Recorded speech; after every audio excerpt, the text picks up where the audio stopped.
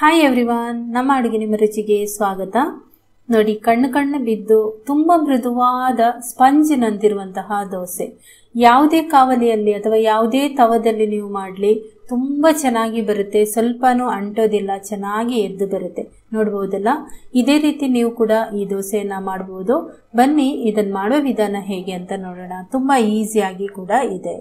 ನೀವು ಹೊಸಬರಾಗಿದ್ದರೆ ನಮ್ಮ ಚಾನಲ್ಗೆ ಸಬ್ಸ್ಕ್ರೈಬ್ ಆಗಲಿಲ್ಲ ಅಂದರೆ ದಯವಿಟ್ಟು ಸಬ್ಸ್ಕ್ರೈಬ್ ಮಾಡ್ಕೊಳ್ಳಿ. ಪಕ್ಕದಲ್ಲಿರುವ ನೋಟಿಫಿಕೇಶನ್ ಬೆಲ್ ಕೂಡ ಕ್ಲಿಕ್ ಮಾಡ್ಕೊಳ್ಳಿ. ವಿಡಿಯೋ ಇಷ್ಟ ಆದರೆ ಒಂದು ಲೈಕ್ ಮಾಡೋದು ಮರಿಬೇಡಿ. ಮೊದಲಿಗೆ ಈ ದೋಸೆ ಮಾಡೋದಕ್ಕೆ ಈ ಕಪ್ನಲ್ಲಿ ನಾನು 2 ಕಪ್ನಷ್ಟು ಅಕ್ಕಿ ಹಾಕ್ಕೊಂಡಿದ್ದೀನಿ. ನೋಡಿ, ಈ ಪಾತ್ರೆಗೆ ಅಕ್ಕಿ ಯಾವುದು ಕೂಡ ಆಗುತ್ತೆ. ನೀವು ತಿಂಡಿಗೆ ಬಳಸುವಂತಹ ಅಕ್ಕಿಯನ್ನು ಉಪಯೋಗಿಸ್ಕೊಳ್ಳಿ, ಅಥವಾ ಸೋನಾ ಮಸೂರಿ ಅಕ್ಕಿ ಕೂಡ ಆಗುತ್ತೆ. ನಾನೀಗ ಇದನ್ನು ಚೆನ್ನಾಗಿ ತೊಳ್ಕೊಂಡು ತಗೊಂಬರ್ತೀನಿ. ನೋಡಿ, ಚೆನ್ನಾಗಿ ಒಂದು 3-4 ಸರ್ತಿ ಇದನ್ನು ತೊಳೆದು ತಗೊಂಬಂದಿದ್ದೀನಿ. ಈಗ ಇದಕ್ಕೆ ನೀರು ಹಾಕಿಬಿಟ್ಟು ಸುಮಾರು 5 ಗಂಟೆಗಳ ಕಾಲ ನೆನೆಯಲಿಕ್ಕೆ ಬಿಡಬೇಕು. ಚೆನ್ನಾಗಿ ಇದು ನೆನೆದ್ರೆ ದೋಸೆ ಕೂಡ ಚೆನ್ನಾಗಿ ಬರುತ್ತೆ. ಮುಚ್ಚಳ ಮುಚ್ಚಿ ಇಡ್ತಾ ಇದ್ದೀನಿ. ಈಗ ನಾವು ದೋಸೆಗೆ ರುಬ್ಕೊಳ್ತೀವಲ್ವ ಅಕ್ಕಿಯನ್ನು, ಅದಕ್ಕಿಂತ ಒಂದು ಅರ್ಧ ಗಂಟೆ ಮುಂಚೆ ಇದೇ ಕಪ್ನಲ್ಲಿ ಅರ್ಧ ಕಪ್ನಷ್ಟು ಅಕ್ಕಿಯನ್ನು ಒಂದು ಬೌಲಿಗೆ ಹಾಕೊಳ್ತಾ ಇದ್ದೀನಿ. ಇದನ್ನು ಫಸ್ಟ್ ನಾನು ಒಂದು 3-4 ಸರ್ತಿ ತೊಳೆದು ತಗೊಂಬರ್ತೀನಿ. ಈಗ ತೊಳೆದಿದ್ದಾಗಿದೆ ಇದು ಚೆನ್ನಾಗಿ. ಇದಕ್ಕೆ ನಾವೀಗ ಬಿಸಿ ನೀರನ್ನು ಹಾಕಿಡಬೇಕು. ಯಾಕೆ ಅಂತ ಹೇಳಿದರೆ, ಈ ದೋಸೆ ತುಂಬ ಮೃದುವಾಗಿ ಮೆತ್ತಗೆ ಬರಬೇಕು ಅಂದರೆ ಈ ರೀತಿಯ ಒಂದು ವಿಧಾನವನ್ನು ನೀವು ಅಳವಡಿಸ್ಕೊಂಡ್ರೆ ತುಂಬ ಚೆನ್ನಾಗಿ ದೋಸೆ ಬರುತ್ತೆ. ಅಕ್ಕಿ ಚೆನ್ನಾಗಿ ಮುಳುಗುವವರೆಗೆ ಕುದಿಯುತ್ತಿರುವಂತಹ ನೀರನ್ನು ಇದಕ್ಕೆ ಹಾಕಬೇಕು. ಇದರಿಂದ ದೋಸೆ ತುಂಬ ಚೆನ್ನಾಗಿ ಬರುತ್ತೆ. ದೋಸೆ ಮಾಡುವಾಗ ಕೆಲವರು ಅನ್ನ ಸೇರಿಸ್ತಾರೆ. ಅನ್ನದ ಬದಲು ನೀವು ಈ ರೀತಿ ಮಾಡಿಕೊಂಡು ಸೇರಿಸಿದ್ರೆ ದೋಸೆ ತುಂಬ ಚೆನ್ನಾಗಿ ಪರ್ಫೆಕ್ಟ್. ಅನ್ನ ಸೇರಿಸ್ಬಿಟ್ಟು ತಕ್ಷಣ ನೀವು ದೋಸೆ ಮಾಡೋದಾದ್ರೆ ಏನೂ ಪರವಾಗಿಲ್ಲ. ಫರ್ಮೆಂಟ್ ಮಾಡುವಂತಹ ದೋಸೆಗಳಿಗೆ ಯಾವಾಗಲೂ ಅನ್ನ ಸೇರಿಸಬಾರ್ದು. ಅದು ನಾವೀಗ ನೋಡಿ, ಹಿಂದಿನ ರಾತ್ರಿಯ ಅನ್ನವನ್ನು ನಾವು ಅದಕ್ಕೆ ಸೇರಿಸಿರ್ತೇವೆ, ಅಥವಾ ಹಿಂದಿನ ದಿನದ ಮಧ್ಯಾಹ್ನದ ಅನ್ನವನ್ನು ಅದಕ್ಕೆ ಸೇರಿಸಿರ್ತೇವೆ. ನೆಕ್ಸ್ಟ್ ಡೇ ಅದು ಹುಳಿ ರೀತಿ ಬರುತ್ತೆ, ಮತ್ತೆ ಅದು ಹಳಸಿದ ರೀತಿ ಆಗುತ್ತೆ. ಆ ಕಾರಣದಿಂದಲೇ ನಮಗೆ ಅದು ಚೆನ್ನಾಗಿ ಉಬ್ಬಿ ಬಂದಾಗೆ ಆಗೋದು. ಅದಕ್ಕೋಸ್ಕರ ಈ ರೀತಿ ನೀವು ಮಾಡಿಕೊಂಡ್ರೆ ತುಂಬ ಚೆನ್ನಾಗಿ ಬರುತ್ತೆ. ಈಗ ನೋಡಿ, ಅರ್ಧ ಗಂಟೆ ನಂತರ ಈ ಒಂದು ನೆನೆ ಹಾಕಿರುವಂತಹ ಅಕ್ಕಿಯನ್ನು ನಿಮಗೆ ತೋರಿಸ್ತಾ ಇದ್ದೀನಿ. ಬಿಸಿನೀರಲ್ಲಿ ನೆನೆ ಹಾಕಿದ ಅಕ್ಕಿ ಇದು. ಸ್ವಲ್ಪ ಅನ್ನದ ರೀತಿ, ಅಂದರೆ ಸ್ವಲ್ಪ ಅದು ಬೆಂದ ರೀತಿ ಆಗುತ್ತೆ. ಜಾಸ್ತಿ ಅನ್ನ ಥರ ಆಗಲ್ಲ, ಸ್ವಲ್ಪ ಬೆಂದ ರೀತಿ ಆಗಿರುತ್ತೆ. ನೀವು ಅನ್ನವನ್ನು ಸೇರಿಸಿ ಮಾಡಿದಾಗ ಅದು ಆಸಿಡಿಟಿ ಇದ್ದವರಿಗೆಲ್ಲ ಅಷ್ಟೊಂದು ಒಳ್ಳೆಯದಲ್ಲ. ಈ ರೀತಿ ಮಾಡಿಕೊಂಡ್ರೆ ಆ ರೀತಿ ಸಮಸ್ಯೆನೇ ಇರೋದಿಲ್ಲ. ಈಗ ನೆನೆ ಹಾಕಿರುವಂತಹ ಅಕ್ಕಿ ಕೂಡ ಇಲ್ಲಿ ನಿಮಗೆ ತೋರಿಸ್ತಾ ಇದ್ದೀನಿ. ಅದು ಕೂಡ ಚೆನ್ನಾಗಿ ನೆಂದಿದೆ. ಎರಡಕ್ಕೂ ನೀವು ಕಲರ್ ಡಿಫರೆನ್ಸ್ ನೋಡ್ಬೋದು ಇಲ್ಲಿ. ಈಗ ಇವೆರಡರ ನೀರು ಬಸಿದು ರುಬ್ಬೋದಕ್ಕೆ ರೆಡಿ ಮಾಡ್ಕೊಳ್ತಾ ಇದ್ದೀನಿ. ಈಗ ರುಬ್ಬುವಾಗ ಸೇಮ್ ಕಪ್ನಲ್ಲಿ 1 ಕಪ್ನಷ್ಟು ಫ್ರೆಶ್ ತೆಂಗಿನ ತುರಿಯನ್ನು ತಗೊಂಡಿದ್ದೀನಿ. 1 ಕಪ್ ಫುಲ್ ತಗೊಂಡಿದ್ದೀನಿ. ಈಗ ಒಂದು ಮಿಕ್ಸಿ ಜಾರ್ ತಗೊಂಡು ಅದಕ್ಕೆ ಬಿಸಿ ನೀರಿನಲ್ಲಿ ನೆನೆ ಹಾಕಿರುವಂತಹ ಅಕ್ಕಿಯನ್ನು ಸೇರಿಸ್ತಾ ಇದ್ದೀನಿ.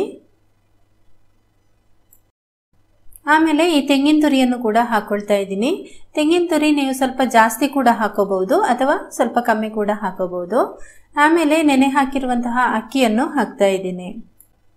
ಒಂದೇ ಸಲಕ್ಕೆ ಸ್ವಲ್ಪ ಜಾಸ್ತಿ ಆಗುತ್ತೆ, ಅದಕ್ಕೋಸ್ಕರ 2 ಸರ್ತಿ ಇದನ್ನು ರುಬ್ಕೊಳ್ತಾ ಇದ್ದೀನಿ. ಒಂದು ಸ್ವಲ್ಪ ನೀರು ಸೇರಿಸ್ಬಿಟ್ಟು ನುಣ್ಣಗೆ ಇದನ್ನು ಗ್ರೈಂಡ್ ಮಾಡ್ಕೊಳ್ಳೋಣ. ಅಕ್ಕಿ ತೆಂಗಿನ ತುರಿಯನ್ನು ನುಣ್ಣಗೆ ನಾನು ರುಬ್ಬಿ ತಗೊಂಡ್ಬಂದಿದ್ದೀನಿ, ತೋರಿಸ್ತೀನಿ. ರುಬ್ಬಿ ರೆಡಿ ಆಗಿದೆ.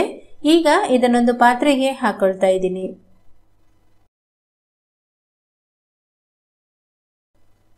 ಆಮೇಲೆ ಉಳಿದಿರುವಂತಹ ಅಕ್ಕಿಯನ್ನು ಕೂಡ ಅದೇ ಜಾರಿಗೆ ಹಾಕಿಬಿಟ್ಟು ಒಂದು ಸ್ವಲ್ಪ ನೀರು ಸೇರಿಸ್ಬಿಟ್ಟು ನುಣ್ಣಗೆ ರುಬ್ಬಿ ತಗೊಂಡ್ಬರ್ತೀನಿ.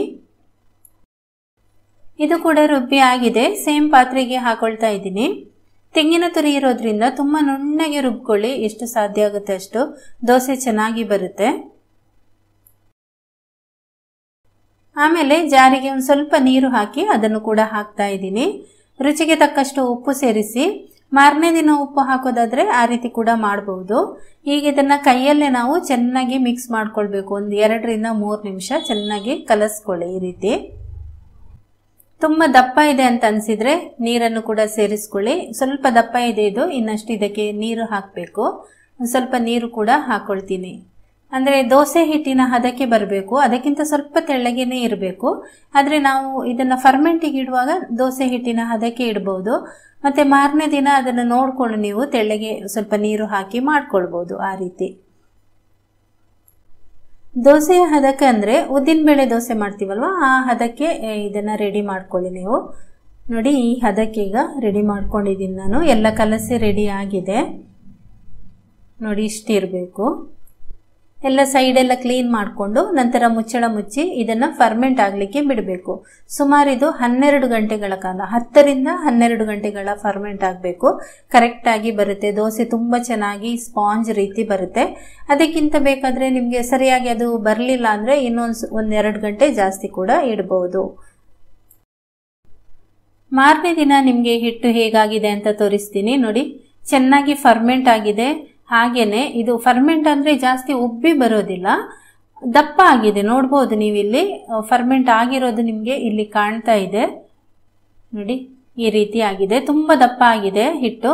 ಅದಕ್ಕೋಸ್ಕರ ಈಗ ನಾವು ಇದಕ್ಕೆ ನೀರು ಹಾಕಿ ತೆಳ್ಳಗೆ ಮಾಡ್ಕೊಳ್ಬೇಕು. ತೆಳ್ಳಗೆ ಎಷ್ಟು ಅಂತಂದರೆ ಉದ್ದಿನಬೇಳೆ ದೋಸೆ ಇರುತ್ತಲ್ವ, ಅದಕ್ಕಿಂತ ಸ್ವಲ್ಪ ತೆಳ್ಳಗೆ, ಅಂದರೆ ಸೆಟ್ ದೋಸೆಗೆಲ್ಲ ರೆಡಿ ಮಾಡ್ತೀವಲ್ವ, ಆ ಹದಕ್ಕೆ ಇದನ್ನು ಮಾಡ್ಕೊಳ್ಬೇಕು. ನೀವು ನೀರು ಎಷ್ಟು ಬೇಕು ಅಂದರೆ ನೀವು ಮಾಡಿರುವಂಥ ಹಿಟ್ಟು ಎಷ್ಟು ದಪ್ಪ ಇದೆ ಅದನ್ನು ನೋಡಿಕೊಂಡು ನೀರನ್ನು ಹಾಕಿ ಸೆಟ್ ದೋಸೆಗೆಲ್ಲ ರೆಡಿ ಮಾಡ್ಕೊಳ್ತೀವಿ, ಅಷ್ಟು ಹದಕ್ಕೆ ನೀವು ಇದನ್ನು ರೆಡಿ ಮಾಡ್ಕೊಳ್ಳಿ. ಓಕೆನಾ? ಹೇಗೆ ಅಂದರೆ ಮಾರನೇ ದಿನ ನೀವು ದೋಸೆ ಯಾವಾಗ ಮಾಡ್ತೀರಿ ಆವಾಗಲ್ಲ, ಬೆಳಿಗ್ಗೆ ಎದ್ದ ತಕ್ಷಣ ಒಂದ್ಸರ್ತಿ ನೋಡಿ, ಅದು ಗಟ್ಟಿಯಾಗಿದ್ರೆ ಈ ರೀತಿ ನೀರು ಹಾಕ್ಕೊಳ್ಳಿ. ನೋಡಿ, ಈ ಹದಕ್ಕೆ ನಾನು ನೀರು ಮಾಡ್ಕೊಂಡಿದ್ದೀನಿ. ಈಗ ಇದನ್ನು ಮುಚ್ಚಳ ಮುಚ್ಚಿ 1 ಗಂಟೆ ಅಥವಾ 2 ಗಂಟೆ ಹಾಗೇನೆ ಬಿಡಿ. ಅಂದರೆ ನಾನು ಎದ್ದ ತಕ್ಷಣ ಏನು ದೋಸೆ ಮಾಡಲಿಕ್ಕೆ ಹೋಗೋದಿಲ್ಲ, 1-2 ಗಂಟೆ ಬಿಟ್ಟು 6 ಗಂಟೆಗೆ ಎದ್ರೆ 7-8 ಗಂಟೆಗೆ ದೋಸೆ ಮಾಡೋದು. ಅದರಿಂದಾಗಿ 1-2 ಗಂಟೆ ಹಾಗೇನೆ ಇರಲಿ. ನೀರು ಹಾಕಿದ್ಮೇಲೆ ಅದು ಸ್ವಲ್ಪ ಇನ್ನೂ ಕೂಡ ಫರ್ಮೆಂಟ್ ಆಗುತ್ತೆ, ಅದಕ್ಕೋಸ್ಕರ ಆ ರೀತಿ ಮಾಡ್ಕೊಳ್ಳಿ. ಈಗ ನೋಡಿ, 1-2 ಗಂಟೆ ಆದಮೇಲೆ ನಾನಿಲ್ಲಿ ನಿಮಗೆ ಇದನ್ನು ತೋರಿಸ್ತೀನಿ. ಹಿಟ್ಟು ನೋಡಿ ದಪ್ಪ ಈ ರೀತಿ ಇದೆ, ಒಂದು ಸ್ವಲ್ಪ ಫರ್ಮೆಂಟ್ ಆದಾಗೆ ಆಗಿದೆ 2 ಗಂಟೆ ನಂತರ. ಈಗ ಬನ್ನಿ ದೋಸೆ ಮಾಡೋಣ. ಈ ದೋಸೆಯನ್ನು ನೀವು ಯಾವುದೇ ತವದಲ್ಲಿ ಮಾಡ್ಬೋದು, ತುಂಬ ಚೆನ್ನಾಗಿ ಬರುತ್ತೆ.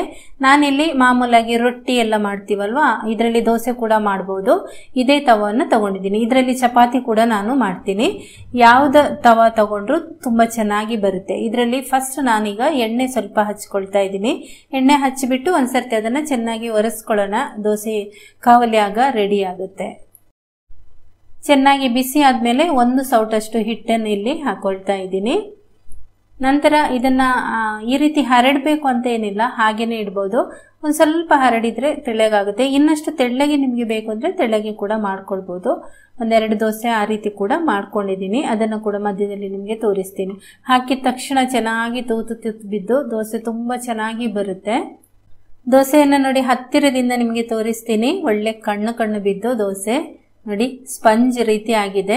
ಇದಕ್ಕೆ ಯಾವುದೇ ನಾವು ಸೋಡಾ ಈ ಥರ ಯಾವುದು ಕೂಡ ಹಾಕಿಲ್ಲ, ಆದರೂ ಕೂಡ ಎಷ್ಟು ಚೆನ್ನಾಗಿ ಬರುತ್ತೆ ದೋಸೆ.